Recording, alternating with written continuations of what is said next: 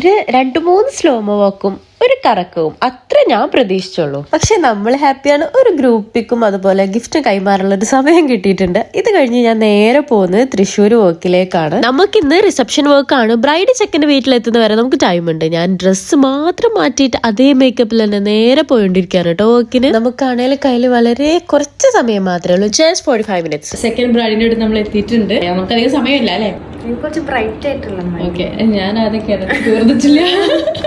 Okay, കുറച്ച് bright look. Okay, ഇൻഷാല്ലാ. ശരി.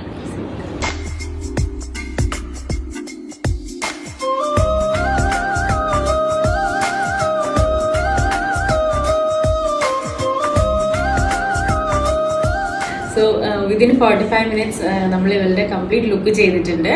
അപ്പൊ ഇനി ഞാൻ നേരെ പോകുന്നത് എന്റെ ബ്രദറിനോട് നൈറ്റ് ഫംഗ്ഷന് വേണ്ടിയിട്ടാണ്. ഒരു എന്താ പറയാ ഹെക്ടിക് ഡേ തന്നെ ആയിരുന്നു. എന്തായാലും ഇഷ്ടപ്പെട്ടെന്ന് വിചാരിക്കുന്നു. അപ്പൊ ഇനി എവിടെയെങ്കിലും വെച്ച് കാണാം അല്ലേ?